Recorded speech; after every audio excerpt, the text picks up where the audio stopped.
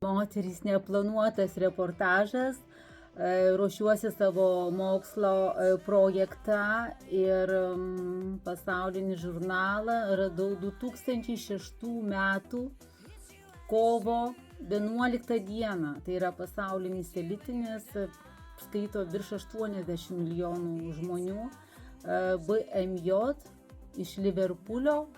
Ir spausdintas yra komanda, žinot apie ką, chirurginės arba invazinės kosmetinės procedūros paprastai suprantamos kaip tos, kurios apima instrumentų ar įrangos įkišimą į kūną, tai yra pilvo plastiką ar krūtų didinimą, o ne chirurginės procedūros yra minimaliai invazinės ir apima poodinės injekcijas, šitus jau žinom, taip kad pakeistų išvaizdą, pavyzdžiui, botoksą, odą, užpildas.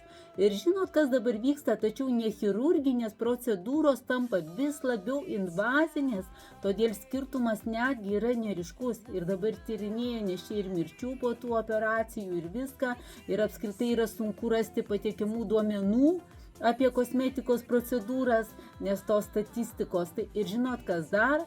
Yra dabar net nepaisant to nerimas dėl daugybės paskelbtų atvejų, sutrikusi su sveikata paskatino kai kurių šalių, skaitant Vokietiją, Australiją, reguliavimo konstitucijas nustatyti priežiūros standartus ir sustiprinti kosmetinių intervencijų priežiūrą. Atrodo, kad ir Škotijos ir Anglijos vyriausybės paseks irgi pavyzdžių. Ir ką noriu pasakyti, ir ten yra labai daug, taip auga dabar šita rinka kosmetikos procedūrų, kad pavyzdžiui JAV tenka net beveik iki 40% pasaulinės rinkos pajamų už nechirurginės kosmetinės procedūras. Europai priklauso maždaug iki 30%. Dominuoja Anglija, Vokietija, Prancūzija.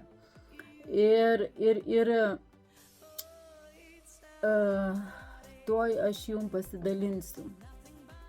Atlikto žmonių, kuriems buvo tie tyrimai, kuriems buvo sušvirkštos estetinės botokso injekcijos, apklausos dažniausiai praneša apie ūmes komplikacijas, tokias kaip uždegimas, taip pat ilgalaikės problemas, įskaitant nerimą, socialinį atsiribojimą, akių sausumą, regėjimo problemas ar nervų pažeidimas.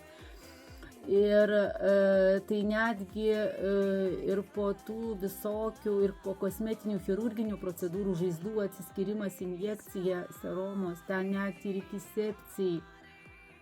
Tai va, moterys ir dabar kągi, ir aš žinot, visą laiką ne tai, kad palaikau čia pasidarė, nepasidarė moterys, kas daro specialistai visi, tai aš esu, net nesilankau pas kosmetikos kabinetuose, bet tas skleidžiu savo tokias pamąstymus, jau žinot mane daug metai iš metų, jau čia dešimtmečiai bėga ir pasitvirtinu tikrai, kada galiu ir prie mokslo prisiliesti.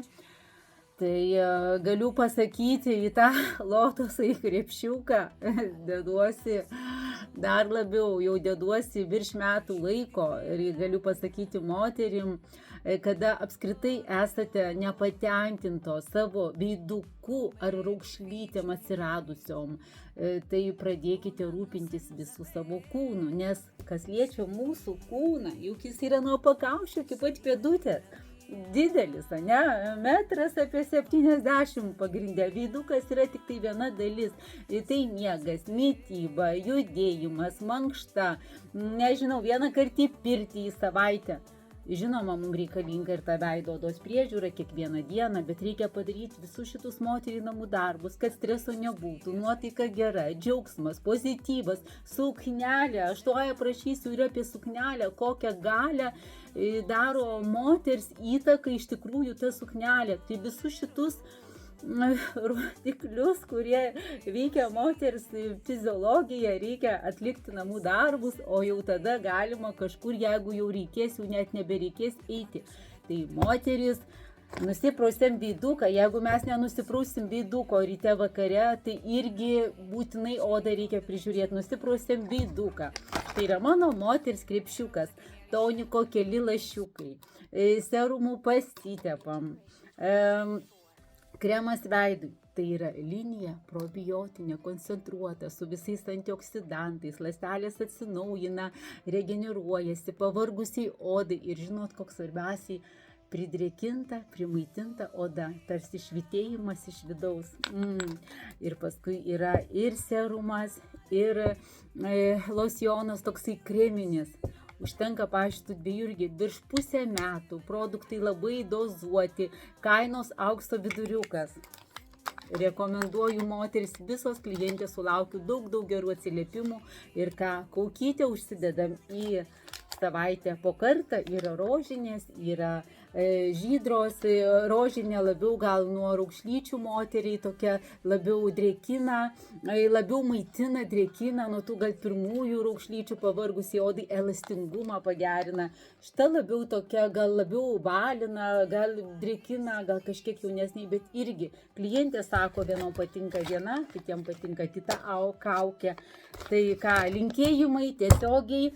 Parašykit, ar patiko reportažiukas ir aš tikrai noriu ir savo moters to grožio dalintis įžvalgomis, bet ir įtraukti mokslinės naujausias pačias žinias jums iki moteris. Ir ką, rūpinamės visų kūnų savo, nuo pat pakaušio iki pat pėdutės. Iki.